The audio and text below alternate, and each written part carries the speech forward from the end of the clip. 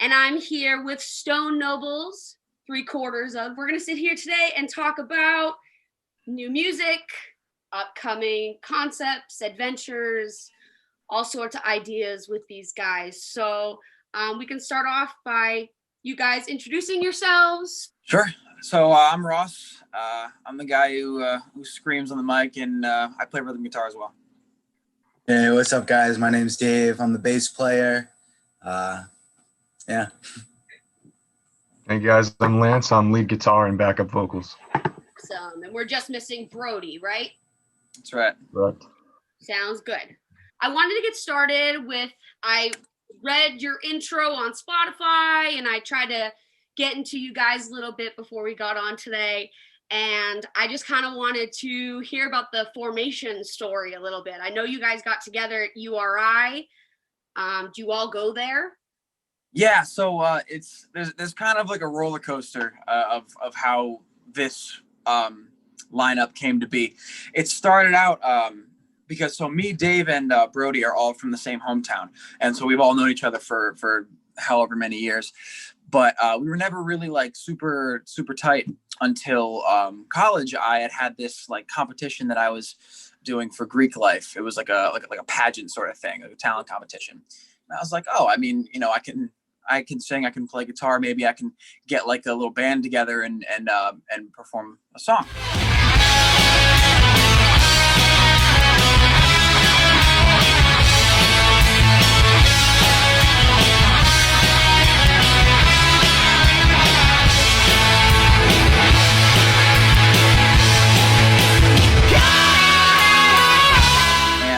So I had a class with Brody, and I sat down with Brody and I said, hey, I know you're in a band. He was in another band, which he was in with Lance. And I was like, hey, like, do you guys want to be a part of this and like help me out with this talent show? And he's like, yeah. And instead of hitting up his other band, he hit up Dave. And so we started working with the three of us. And then we went through like 3 different drummers until eventually we were like, because Brody started out as the guitar player. Okay. And we ended up just switching Brody down to drums, and I was playing lead guitar and singing, which like we didn't like mind doing, but like we needed someone else. And then finally, like September of this past year comes around, and we finally get Lance on board, and it's been uphill ever since. And now the completion has started, and we're ready to go. That's awesome. Yeah, this is the 4 we're going to war with.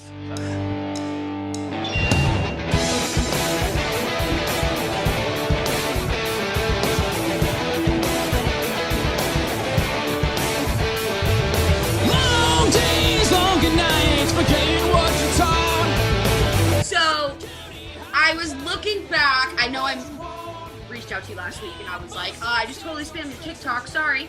And I was looking to see if the beginning of the band paralleled with the ignition of your TikTok, and did that help? Absolutely. I'd say, yeah, it's kind of the driving force here. If one of you guys wants to comment on that a little bit. Oh, yeah, of course. So Ross, he started on TikTok. Let's see. So we were together for the summer of that year in 2019 after we formed. And then I think, when did TikTok get big? Was it like around then? Probably right around then. Yeah. Was it right around then? So Ross really got into it during quarantine, and he really started to gain a following. And he was promoting our music. He was this big rock and roll personality, you know, kind of like bringing back the rock and roll comeback. And it's just been, it clearly, there's a very large following for it. And there's a lot of people who support him, agree with what he says. And it's just done wonders for our Spotify listeners and everything else on our different platforms. There was that one TikTok that blew up when you guys were promoting Child of the Night, and that just took off. Yeah, that was the one that kind of started everything. Child of the night, lost in your darkest figure, need a little light, baby.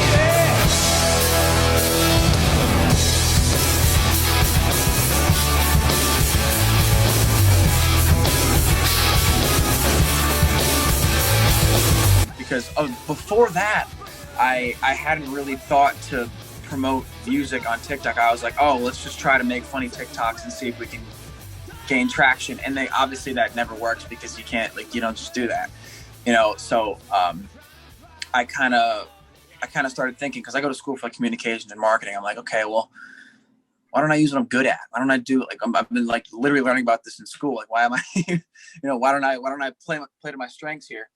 And so I'm like, you know what?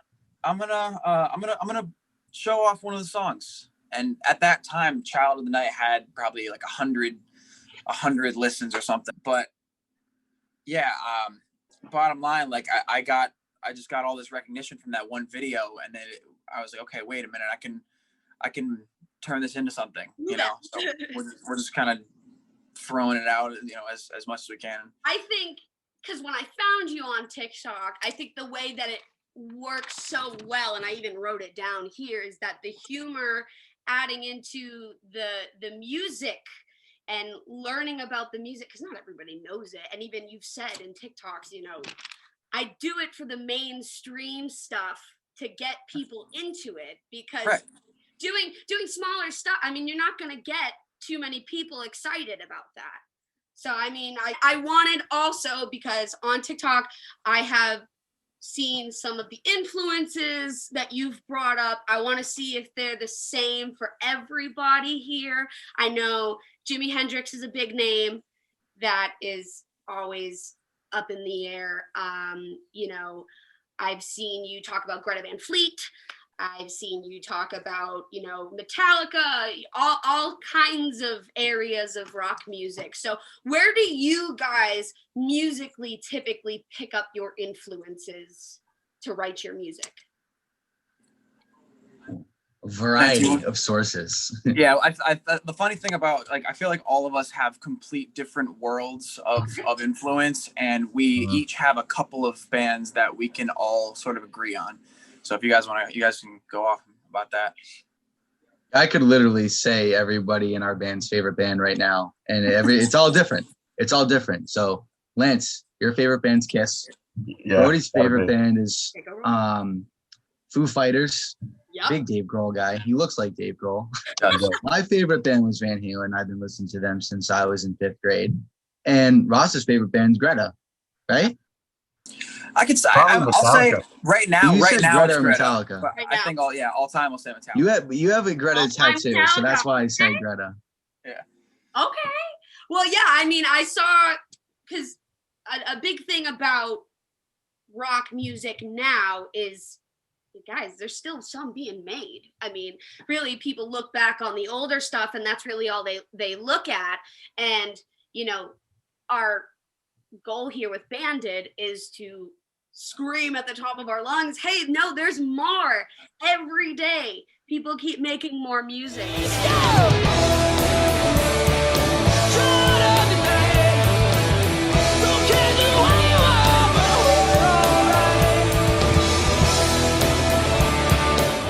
there, like, any other influence art-wise that you look to, like film, or is there a different form of art that you I know you do communications in school, Ross? Are there any writers in the group? Are there really any big, like, you know, painters, drawers, anything like that?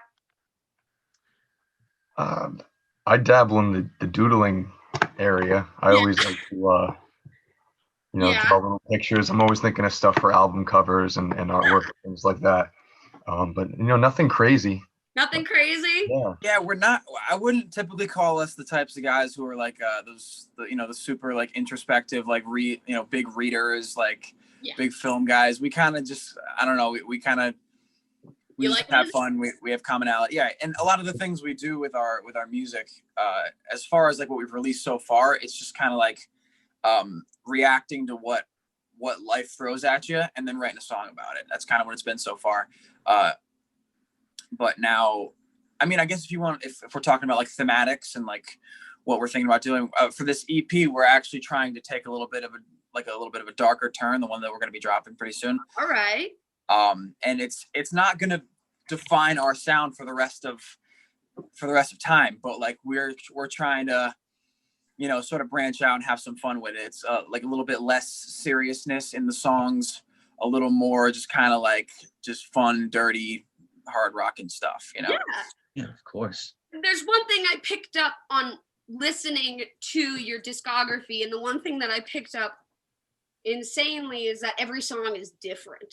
I felt like every song had a different sound to it, and I was thinking, you know, I saw Magnetic Woman, because I started from the beginning, of course, and I went from Magnetic Woman and this initial starting point, and I was like, yeah, okay, it's got that boy band vibe, yeah, I got it. And then Child of the Night hit, and I was like, whoa, okay. And that was really like your song and I think this helped, and why it helped get so big is it really is that blast from the past kind of rock sound. You get that 70s vibe out of that sound. Like, I was thinking, holy crap, the screaming sounds like Aerosmith, or even something that like Greta would do.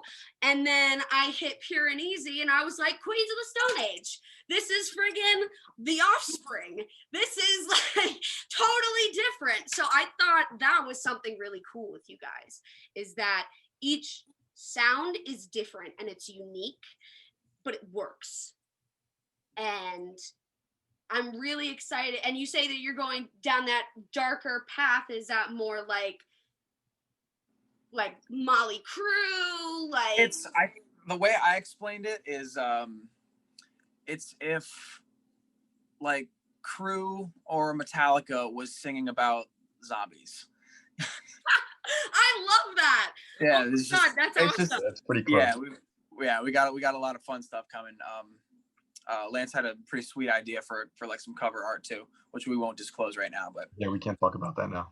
yeah. That's top secret. We can only share so much right now, guys. That's right. But it's gonna be a lot of fun though. And like I said, we're not gonna try to let one song or one EP or one project define you know, what we want to make, you know, how we want to sound. Obviously we're trying to push this image of, you know, it's stripped down, it's hard, it's loud, it's fun. Yeah. You know, it doesn't take itself too seriously. Yeah. But we want to do that without restricting our sound. You know, we're just having fun and trying to write as much as we can. Yeah. There's different stories to be told, and those changes, the band changes, which is all the time. Yeah. And that's great. Ever So there's different evolving. faces. There's Awesome. different faces to the band. Now, if you already know me and follow me, hi. But if you're just getting here, nice to meet you. I'm the guy who's about to make your day. Rock and roll is alive and well. You already knew that, you little ass kicker. And today it lives at the hand of a band called Stone Nobles. If you like it loud, if you like it groovy, if you want it to kick your ass, well, you might have just found your new favorite band, my friend. How has quarantine been for your writing process? Has that given you lots of ideas, or has that been difficult? At this point, it's been pretty great. Ross can talk about that. Well, I was actually going to. So, I mean, as much as quarantine sucks, like 2020 has been the like one of the craziest years of my life. Like, just with all like the attention we're getting now, and all the potential that's growing from all of this TikTok stuff, and you know, so as much as it stinks, I like to think that we found a lot of really, really good opportunities here, like a lot of diamonds in the rough. With Lance, like this kid has so many freaking songs. He did a lot of writing. He just sits. When in quarantine, he just sat there and just wrote. Like we'll be sitting there, and I'll have like a scrambled like mess of lyrics, like in my phone or on a piece of paper or something, and then he'll just be like, "Oh, you know what? I have like half a song for that," and he'll just pull up like a verse and a chorus. And be like, I got like 50 of them. Got it. I already got you, dude. Well, I feel like that helps though, because like in a band, you sort of need those kind of people that are gonna be. I got you, dude. I know exactly what you're thinking. I got you. Well, see, that's how it's been, especially lately. We've sort of learned to start bouncing ideas off of each other. Like when we started, I kind of want to say I was sort of like the capital songwriter of like, you know, all of what we had. And then post Pure and Easy, because Pure and Easy is a cover. I'll explain that in a minute.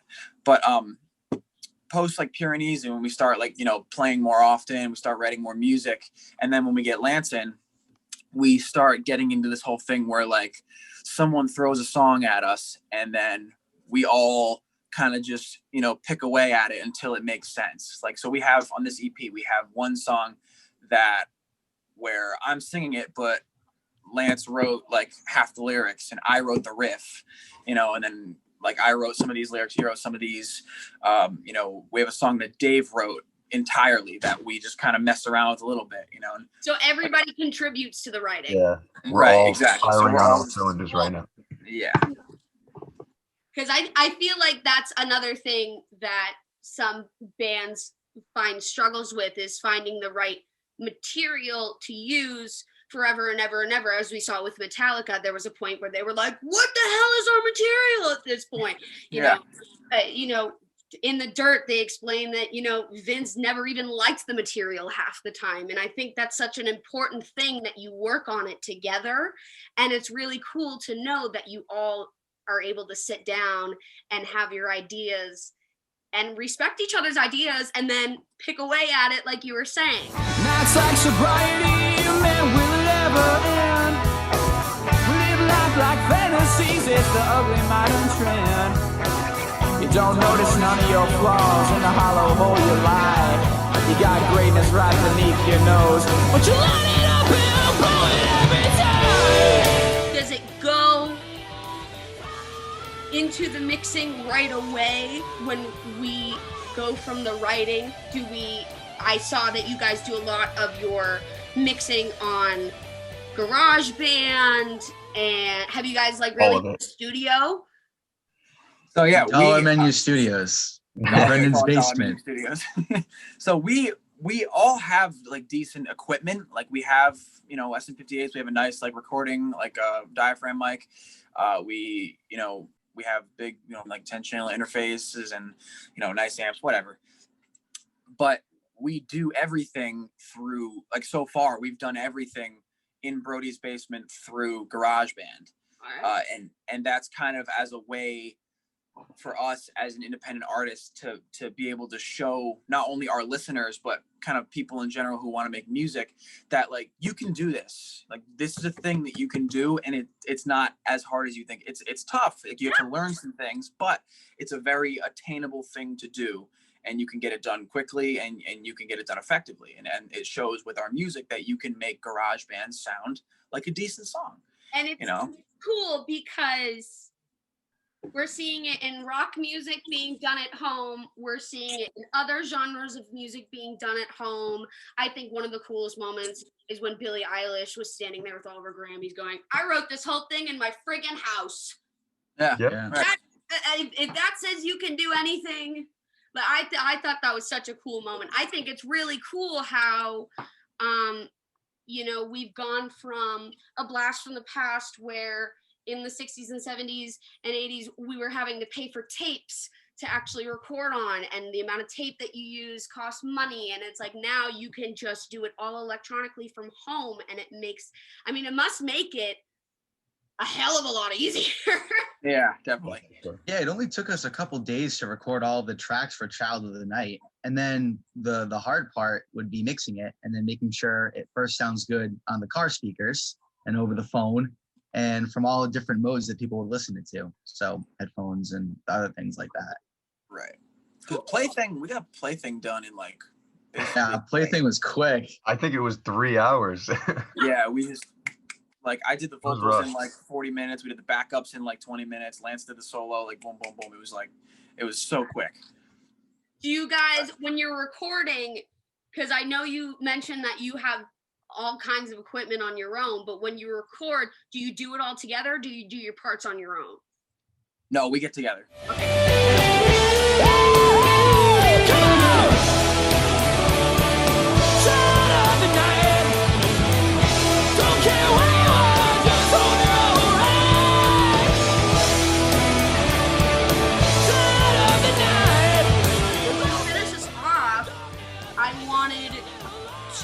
Talk more about your concept for 2021, and I heard an EP is being talked about and released. Are we looking towards anything? Do we have sort of an area of release, a season, a month, anything like that? Yeah, so we have just about all of the songs that we want to put on this EP together. So I would say to expect the whole thing probably like by the end of the summer. Just because we're trying to actually start getting in studios pretty soon. We've had a couple of pretty good looks, a couple of potential opportunities to get in some actual decent recording studios. So we're holding on to it for now. We're probably going to record some demos pretty soon, but we're just going to keep writing. We're keep having fun, and as things open up, we're gonna take life as it comes, and see if we can start getting at some venues with some other bands. Absolutely, and hopefully with these vaccinations coming out and everybody wrapping up this whole COVID nonsense. Forbid it's had to take this long. We can get you guys back into a venue. I'd love to have you guys come up here to Boston. I'd definitely come. I'd be there front row for you guys. So let me know. Do you guys have any ideas of where you want to travel over the next year and a half? I mean, yeah. Everywhere. We're kind of just like anywhere and everywhere, like at this point, because I mean, regardless if we stay independent or if we get lucky enough to like sign with somebody, wherever it takes us, if we can get a venue in, Cincinnati, right? But people want to see us there, then like I'll go to Cincinnati. I don't care. I'll go to Cincinnati. Of course, like ideally, we want to try to.